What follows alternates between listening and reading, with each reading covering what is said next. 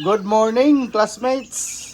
So, medyo lumalamig tayo sa gabi na hindi natin pwedeng patamaan ng rekta na malamig na hangin to mga sisiyo. Kaya ito style dito mga classmates, kinukumuta namin. Mas masigla sila. Diyan naka-ready na yung pagkain nila.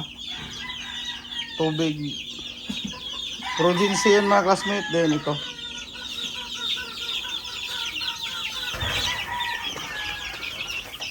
iba yung sigla nila pag pag nakaganyan, nakakumot.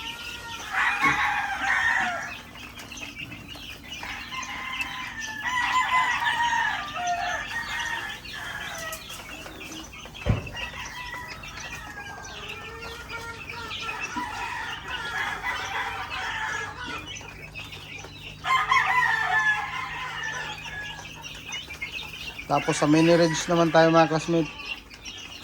So ayan mga classmate, dito tayo sa mini range. Yan, ready na yung Progency nila. Then yung pagkain, no?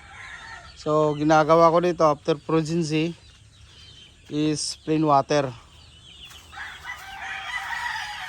After 2 hours mga classmate, ito nakakumot pa rin sila. Para mas maliksi. Ibang-iba ang galaw nila pag ganyan. Dun. Dito. Yan.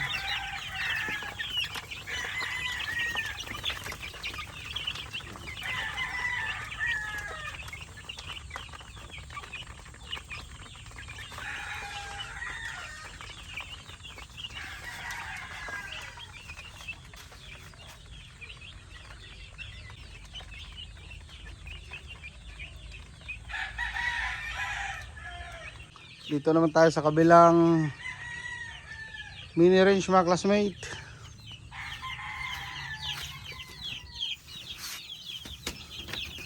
Ito yung naisip ni Mrs. Rugby. Sabi ko kailangan niya kasing kumutan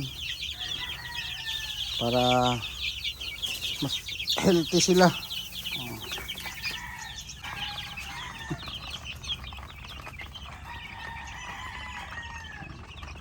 As magka-batch lang to mga classmate, pati yung nasa barn hinihiwalay-hiwalay lang namin para mas maano sila, makumutan lahat ba.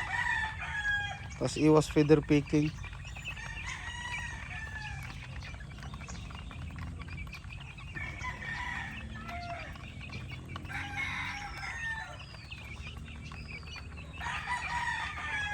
Konti-konti lang yung pakain mga classmate. So, mamaya pagpalit ng tubig, kain din sila, merendal din sila.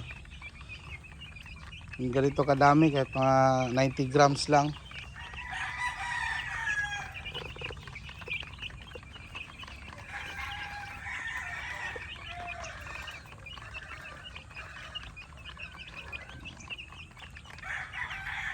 Month old.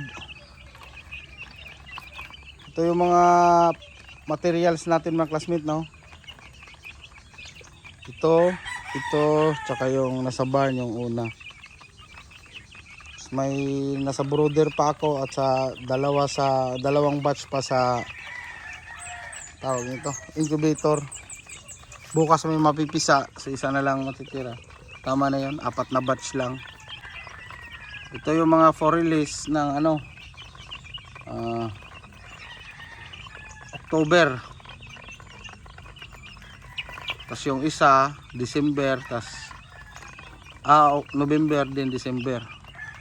Para hagip lahat ng major na breeding season, yung early bird, local and national. Kasi bihira kasi ang nagpapa late born. Kadalasan sa late born ay ginagamit na rin sa pure materials katulad ko ito. Mga late born na to mga classmate.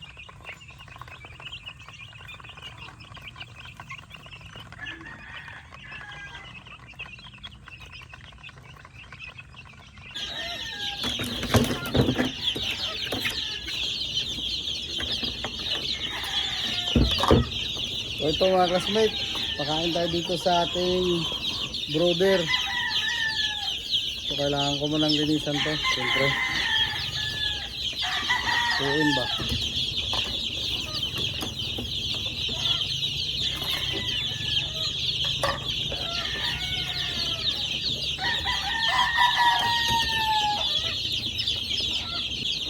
Yun yung mga national mga classmate, ang kukulit na.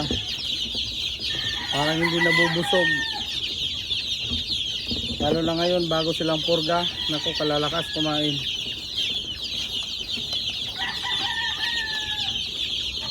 Ito linisan natin siyempre. Patuyuin.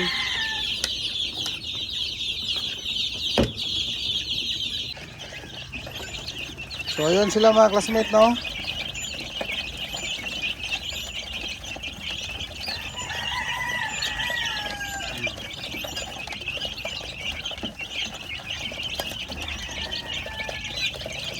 2 weeks old to dito mga classmate. 2 linggo na to sila. So, tapos na rin kami naglasota dito. Pwede nang ibaba sa barn. Nawawala na yung taba ko pag may lasota na ako. At ganito sila ka-healthy. Then ready na to sila sa barn. Mag ano lang ako ng 3 days pa. Ibuboost ko lang tapos magbibigay ako ng T-Fox 48 para dito pa lang sa taas malinis na yung ano nila. Wala na yung pang-coxy ba? Ay yung coxy. Kasi pag na-T-Fox to magdudumi to ng brown na brown para matatanggal yung namumuong coxy. No. So once na ano doon, ibaba yan, tapos pinabayaan na natin. Wala pang 2 weeks, coccidiosis na yan. So dito pa lang, 3 days kami, T-Fox 48.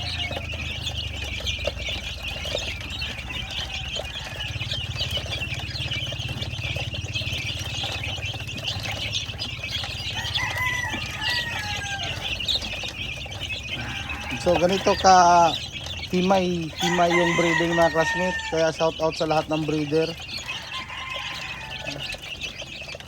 Ito sa akin pakunti-kunti pa nga lang to eh.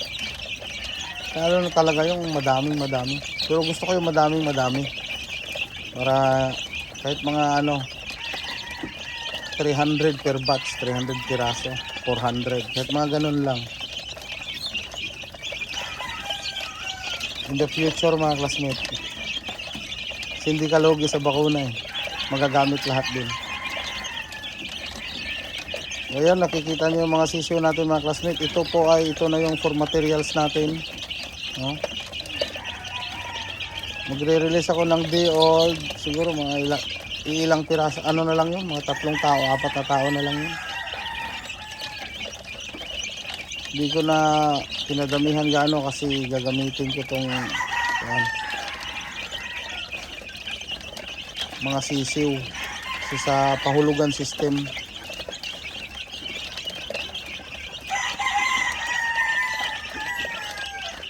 Kakaliw mga classmate, ito lang yung ano ko dito, libangan ko.